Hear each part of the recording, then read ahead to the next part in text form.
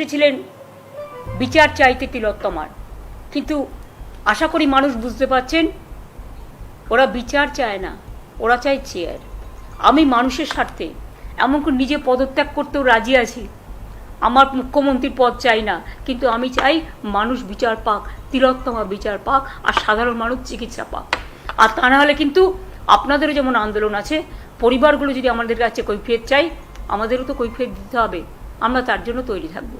অনেক অনেক ধন্যবাদ। The impasse between Mamata Banerjee and the doctors continues, with a very resigned Mamata even offering to step down in the interest of the people. Assuring the doctors that no action will be taken against them, she said the government is always ready for a dialogue. Here is how her stand on protesting junior doctors changed over the past month.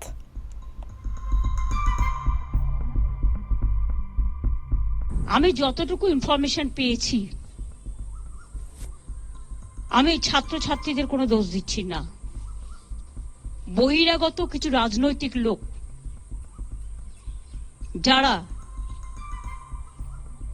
বাংলায় অশান্তি করতে চান, বাম এবং রাম, তারা একত্রিত হয়ে এই গন্ডগোলটা করেছে।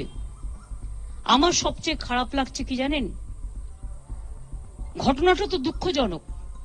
আমরা বারবার বলেছি ফাঁসি চাই, আমি তো কালকেও মিছিল করবো ফাঁসির দাবিতে। তদন্ত তাড়াতাড়ি হোক, আমরা তো রবিবারের মধ্যে শেষ করব ঠিক করেছিলাম। তা কোর্ট যখন সিবিআই কে দায়িত্ব দিয়েছে, তারা যে সহযোগিতা চাইবে আমরা করব, এবং আমরা সমস্ত ডকুমেন্ট দিয়েছি।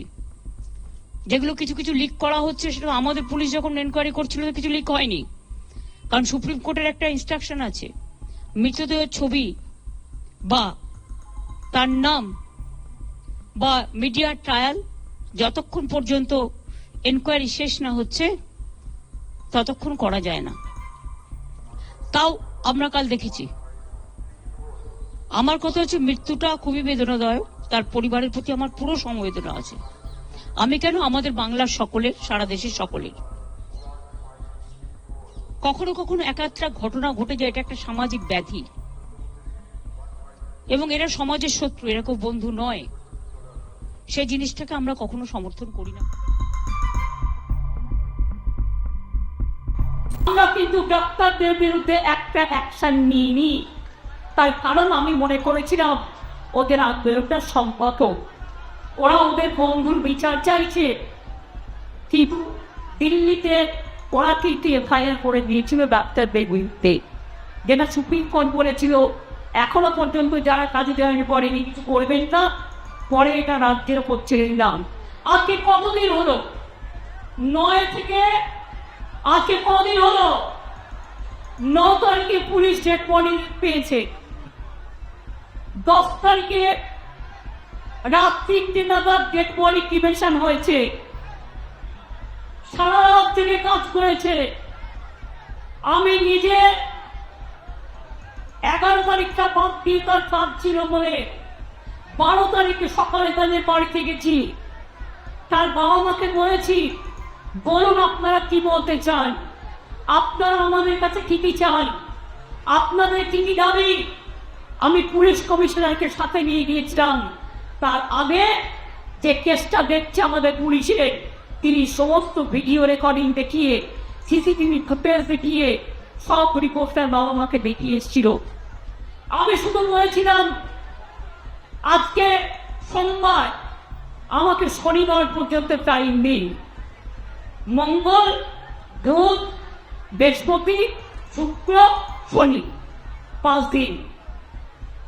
মঙ্গলবারের মধ্যে সিবিআই নিয়ে গেল, তার মানে ওরা বিচার চায় না, কেসটাকে জলে ফেলে দিল। আজ কদিন হলো, পুলিশকে অ্যাকশন নিতে বারণ করেছি, কিন্তু দয়া করে পরিষেবাটা দিন।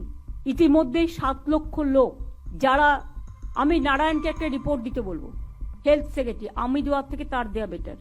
ম্যাডাম, ইতিমধ্যে যে চলছে আমাদের আউটডোর পেশেন্টে প্রায় 7 লাখ পেশেন্ট পরিষেবা যাদের পাওয়ার কথা তারা পেতে পারেনি। ইনডোর অ্যাডমিশন আমাদের প্রায় 70,000 রোগীকে আমরা দিতে পারিনি।